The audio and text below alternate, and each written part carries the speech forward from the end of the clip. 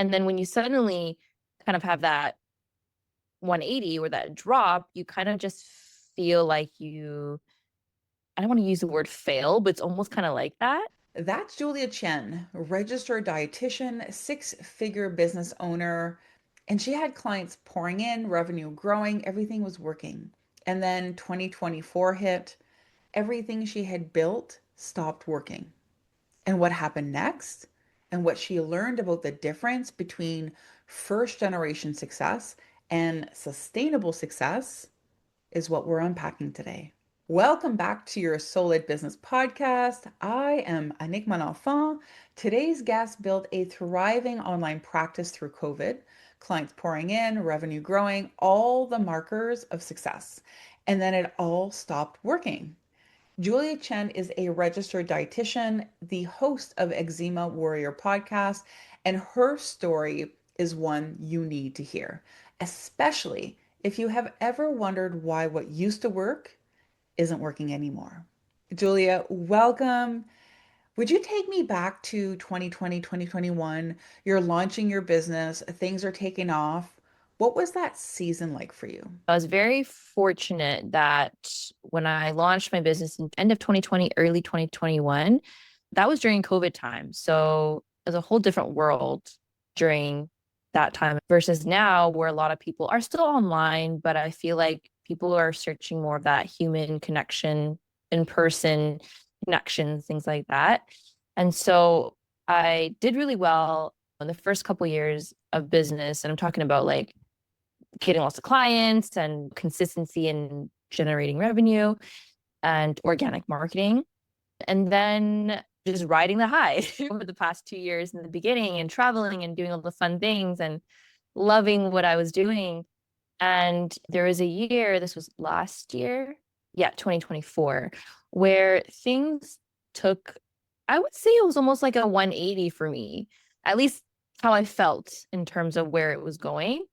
And it did take me for surprise because I think as a business owner, when you come from a childhood where you didn't really have very much and you suddenly achieve that success, you're like, wow, this is exciting. Wow, I finally get to make some money. And then when you suddenly have that 180 or that drop, you feel like I don't want to use the word fail, but it's almost like that. And so it's been quite a roller coaster of emotions and learning about like the strategy piece when it comes to building a business, but also honoring the fact that it is normal to have dips in your business.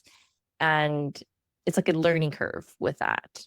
And how did you use your intuition to release yourself from that dip? Was that an element that played a role in helping you to reclaim that lost ground? For sure. There was a lot of work that I was doing in that year of when it was very challenging last year, redefining what success meant to me. And this is very personal, by the way. I feel like I don't really share this very much, but I think it needs to be said because a lot of business owners, I'm sure you probably interview on your podcast too, might have similar struggles where, if you come from a childhood where success is always tied to how much money you're making or how hard you're working, it's like you have to really unlearn those experiences in the past and redefine what success meant. And so a lot of that of last year was just working on redefining that, the word success, and also remembering and reminding myself that dips in business, it's normal, you know, it's part of entrepreneurship. And you're right. I do see this a lot. I work a lot with successful professionals, and it doesn't matter whether you're hitting your first four figures or five figures or six figures or seven figures or eight figures. Whenever we reach a new plateau, it stretches us. One of the beliefs that I had to really address, being the child of two serial entrepreneurs, was this belief that if you're successful, you're busy. And so the more successful I became, the busier I got. And then the busier I got, the busier I got. And the reality is it wasn't a sustainable model. You describe yourself as more strategic and action driven, even sometimes a workaholic at times. What have you learned about slowing down enough to hear that intuition in the middle of running your business?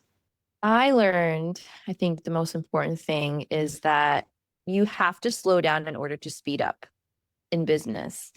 And I feel like, I guess it depends on the person, but not everyone agrees to this. Some people will say you just have to be strategic and you just have to keep pushing and sacrifice sleep and out. Like even my sister says that. She's like, you need to work harder. I'm like, I'm trying to follow my intuition, and my intuition says I need rest.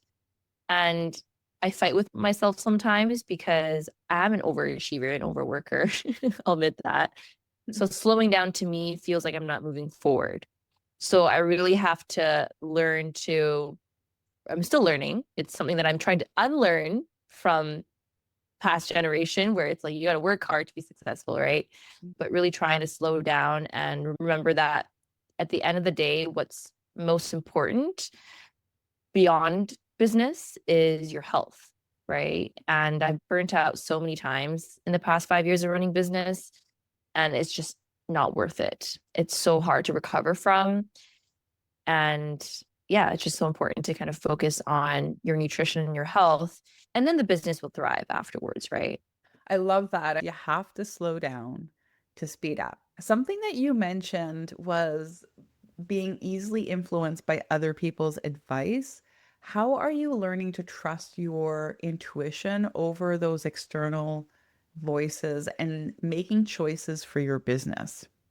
That's a hard question because I feel like I'm still working on that for sure. You and everybody else, my friend. When you work with business coaches and people who help you with your business, they have their way of thinking and providing their strategies to help you grow and scale. So, yeah, it's finding that balance of following recommendations or advice from people that you look up to, but also listening to my body. That's really important to me because for me with eczema is that it will always flare up when I can feel that I'm doing too much. My body speaks to me in symptoms. I feel tired, I get headaches, my skin flares up. So I really have to, while there's so many different things that I can work on in my business, remember to do what feels right to me.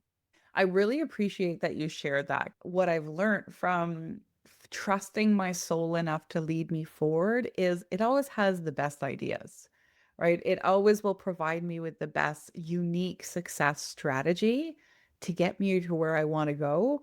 But my job is to listen to that Mm-hmm. strategy instead of going, well, they did this and they're popular or they're successful. So I need to do this way. Right. Something that you shared that really resonated with me because I absolutely love mindset work is you can't run a successful business without the mindset work.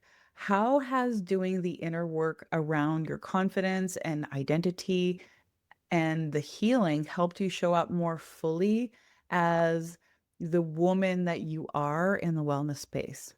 Love this question. So I used to have a fear of sharing more about me because I thought being in the online space and being in the industry that I am, helping people with their chronic symptoms, I thought it was just about creating content to help them how to eat properly, how to include these gut healing foods, right? The how to tips, 5 ways to do this, 5 ways to do that.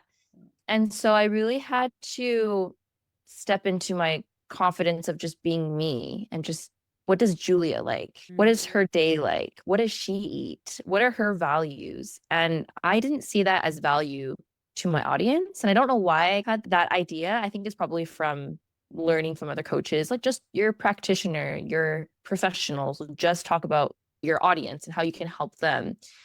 And now that I've in the past year or so, or more recently too, I was just like, you know what? Fuck it. People connect to humans, right? They want to know who I am, not just someone that just spews out tips, right? They can go on ChatGPT for that nowadays. So I really had to just be confident in who I am and just sharing behind the scenes and maybe not worrying about it not being valuable because that's not true. Exactly. I think so many of our listeners are really going to resonate with that piece because at the core of business ownership, if you lack self-trust and confidence, it's a hard road. Oh my God, what a fantastic conversation.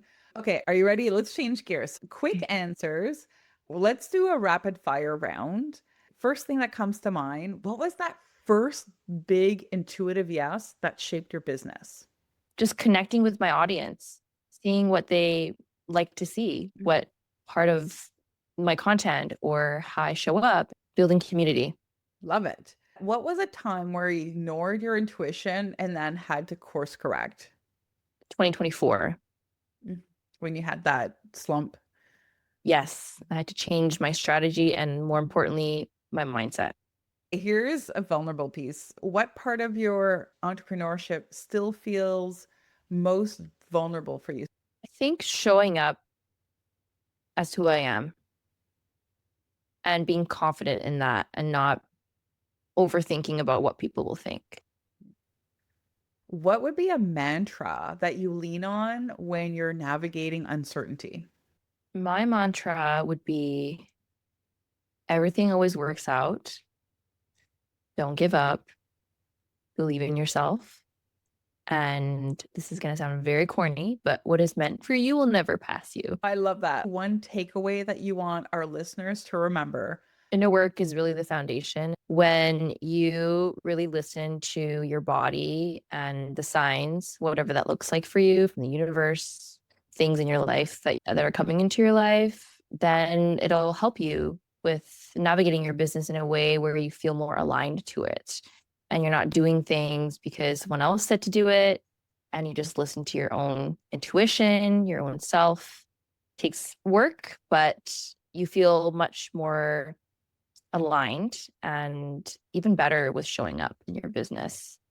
Julia, thank you. I love that. Inner work is really the foundation. And you're right. What is meant for you will never pass you by. So, for everyone listening, I want you to sit with something today. Julia built a six-figure business. She had clients pouring in, revenue growing, all the markers of success. And then 2024 hit, and everything just stopped working. And not because she failed, but because the old version of success had an expiration date. The beliefs that built her first six figures, the work hard, push through, sacrifice rest, those same beliefs were now literally breaking her down. Her body was screaming at what her mind wouldn't admit. And when she finally listened, when she stopped performing success and started redefining it, that's when everything shifted for her. Now, here are some questions I want you to ask yourself. What version of success are you currently running that's past the expiration date? And when you look at your definition of success, is it actually yours? Or is it one that you inherited from your family, from your industry, from your peers? And what is holding on to that old definition of success costing you in terms of your energy, your health, your joy, your impact that you're making in the world? Because if Julia's story resonated, if you're in that place where what used to work isn't working anymore, I want you to know it's not failure. That is a signal for you to evolve. Here's what I would invite you to do. Book a clarity call with me. 30 minutes.